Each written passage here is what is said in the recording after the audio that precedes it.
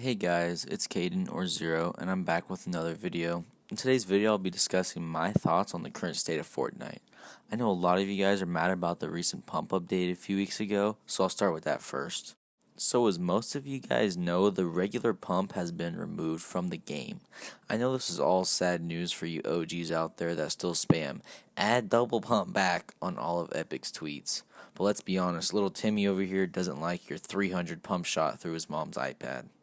And if Timmy rages and gives up on becoming just like Ninja and stops playing Fortnite, Epic quits getting money from V-Bucks. And at the end of the day, let's face it, competitive Fortnite is basically a marketing tool for little Tim Tim over here and his pals to keep playing the game. To simply put it, the amount of casual players triples the number of competitive players, so Epic caters to them more.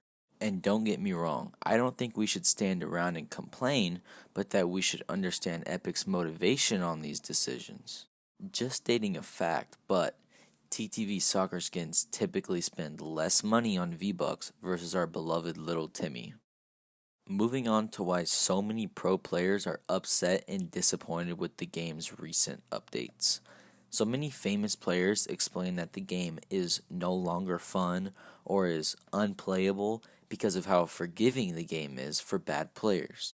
And I honestly agree 100% with them, and I believe the reason has something to do with Apex Legends. If you don't understand what I'm talking about, let me explain. During the 7.3 update version of Fortnite, Apex Legends was released.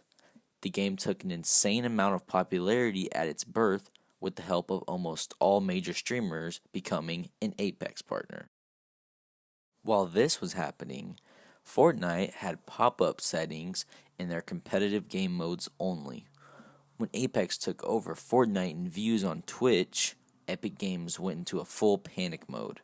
This pushed out almost every Season 7 meta you know about into Update 7.4. This brought back most loyal Fortnite players that took a 2-week vacation on Apex. My point is, if Apex never made the impact that it did, we would never have had health/mats per kill in normal game modes, and we would never have had this huge divide in the community about reverting the patch. In my opinion personally, these settings should have stayed in competitive modes and left casual players alone. As you might have saw, Epic explained that those settings created overly aggressive gameplay towards casual players. This is the reason why my man Innocence over here was dropping solid 30 bombs every day after the patch and resulted in a lot of underrated players getting noticed. If you don't know who Innocence is, I'll drop a link in the description to his channel. With the announcement of the World Cup a few months ago and the removal of stretch resolutions, Epic tried to add more balance into the game with a $100 million tournament coming up. Enough with gameplay, and I want to talk a little bit about platforms and crossplay. In my opinion, Xbox and PlayStation are nothing like PC, and I believe they will never be. Epic has tried to level the playing field so many times with console and PC, but they will never be equal. PC is obviously better and more expensive, which is why most casual players fall back on console anyway. Getting a max of 60 FPS versus an unlimited max is unfair and simply unrealistic competitively. If console was not compared to PC so much, both parts of the community would be much more happy.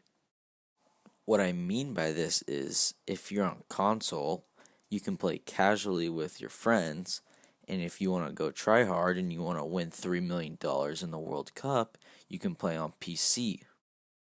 And for any controller players out there looking to really compete, you just need to play on PC simply because console is literally terrible in game.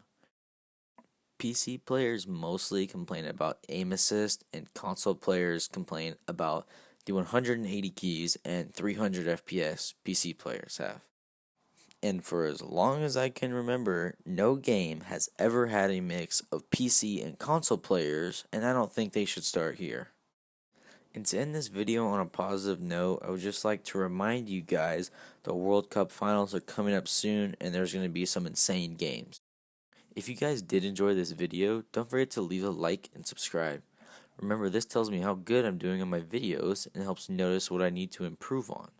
Follow me on Twitter if you want to support me, and that's about it, guys. Thanks for watching. Peace.